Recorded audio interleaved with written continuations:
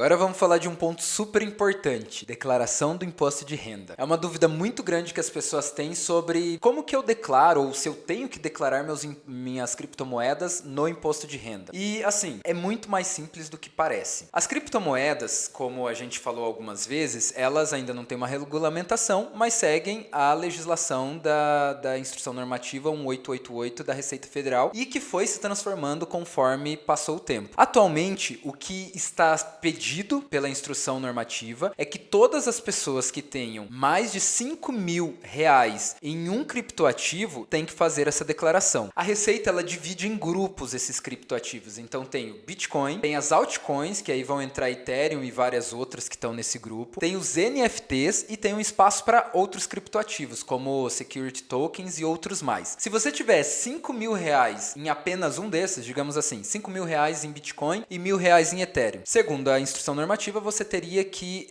declarar apenas o Bitcoin. O Ethereum não precisaria. Agora, se você tiver R$ 1.000 em Bitcoin, R$ 1.000 em Ethereum, R$ 2.000 em NFT e mais um tanto em outras moedas que ultrapassem 5.000 somados, você não precisa, porque segundo o pedido que é colocado da Receita Federal é que é 5.000 em uma moeda só. Então isso dá um pouco mais de flexibilidade para que a gente consiga fazer movimentações. Outra questão importante é, se você tem ganhos com as criptomoedas que fiquem acima de R$ 30.000, você precisa fazer a declaração desse valor. Esse valor sendo considerado por mês. Então, se você fizer transações que te lucrem mais do que R$ 30.000 por mês, você precisa fazer a declaração no imposto de renda. Outro ponto super importante também é, se você utiliza corretoras nacionais para fazer as suas trocas de criptomoedas, tenha em mente que elas são obrigadas pela Receita Federal a declarar todos os valores que elas têm, as movimentações dos seus clientes, os ativos que eles têm. Então, ao momento que você faz a utilização dessas corretoras, você automaticamente já está compartilhando seus dados com a Receita Federal. Tenham isso em mente, porque se você tem já esses dados compartilhados com a Receita, é importante que vocês tenham também no imposto de renda, para não ter nenhum conflito e risco aí de cair na malha fina. O que acontece é que se a gente ficar atento às transações das criptomoedas e às quantidades que a gente tem, a gente consegue se encaixar dentro desses valores. Outro ponto super importante é que quando você entra no valor de declaração do imposto de renda e quando você ultrapassa os R$ 30.000 de lucro por mês, você entra na tabela progressiva normal do imposto de renda da pessoa física, que a gente sabe, né? Começa lá nos 7,5% e vai até os 22%. Então, outro ponto super importante de ter em mente é que para a Receita Federal, quando a gente está falando de criptoativos, eles são tratados como ativos digitais, ou seja, são vistos como um imóvel ou um automóvel que você tenha. Se você é uma empresa e tem criptoativos, essa movimentação deles na sua receita vai entrar sempre como ganho de capital. O que isso significa? Que esse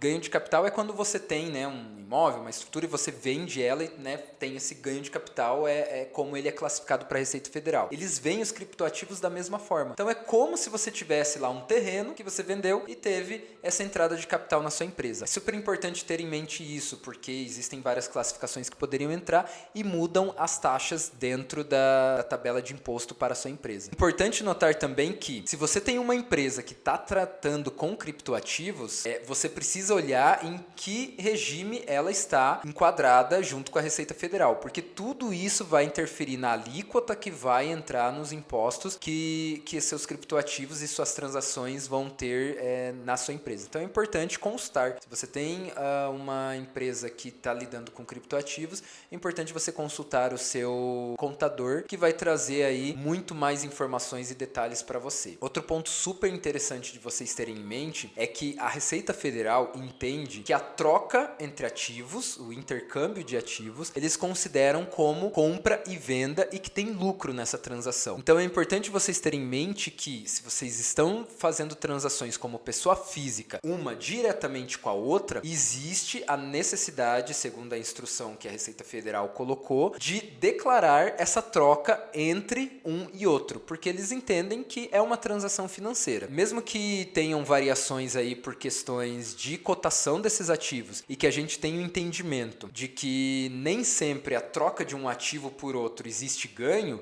o entendimento deles é que é uma transação financeira com fins de ganho, né? Você está buscando ter lucro. Então, por isso, eles solicitam que você tenha essa declaração dessas movimentações todas. Todas as dúvidas que vocês tiverem, vocês sempre vão ter que verificar qual que é a legislação vigente que está, e é sempre muito bom buscar uma contabilidade que tenha informações. Como é um mercado novo e um mercado em constante atualização, busquem também contabilidades que tenham experiência dentro desse mercado. Nem todas estão especializadas e olhando muito para isso. A gente vai deixar também na nossa lista de materiais uma indicação de uma contabilidade que tem uma experiência muito grande, já trabalhou com várias empresas de criptoativos e com certeza vai poder tirar todas as suas dúvidas, caso você queira entrar com a sua empresa ou até mesmo como pessoa física.